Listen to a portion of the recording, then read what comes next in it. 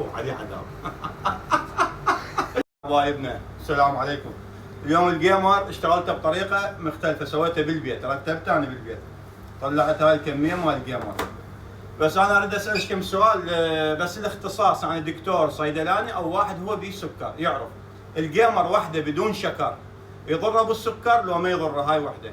والفواكه، يا فاكهه تضر ابو السكر ويا فاكهه ما تضر ابو السكر. عمود اريد اسوي للبيهم سكر، لان هسه احنا سوينا الفستق والحليب والكاكاو صار عليهن اقبال الحمد لله والشكر من اهل الدايت او اهل السكر. الناس اللي مسويه دايت والبيها سكر بدها تجي تاخذ دايت. تمام. انا اريد من عندكم الاختصاص بس يكتب لي يا فاكهه تاثر ويا فاكهه ما تاثر على ابو السكر، والجيمر واحده ياثر لو ما ياثر. تمام. انا انتظر تعاليقكم، ما اريد احد ما يعرف، لان هاي يعني ارواح عالم. فاللي يعلق يكون عنده خبره، يعني هو لو هو بسكر يا ستار او هو اختصاصه او هو دكتور او صيدلاني، واني بخدمتكم. هسه راح نكمل شو اسمه الجيمر.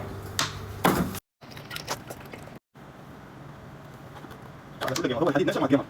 شنو جيمر على جيمر؟ شو تقول حاجه غادي؟ جيمر على جيمر. ما في سكر. احنا العراقيين كلنا سكر. مسوي دايت انا حاليا. جيمر راح يطلع صوت مال جيمر. هذا طريقه مال النجف. وليقعد محمد عذاب غير يستغر شويه. ابو عذاب. بسم الله الرحمن الرحيم. محمد عذاب جاي يسوي لنا جيمر. خلص الجيمر. تمام. خلينا نذوق، يعني النتيجه مسبقه عندي. بعد معروف انت محمد عذاب. والله فالشيء خرافي عمي، الحمد لله والشكر. احكي مو فخر بنفسه، فضل الله. تمام. خفيت ملف الجيمر، تعال جربوه من عندنا.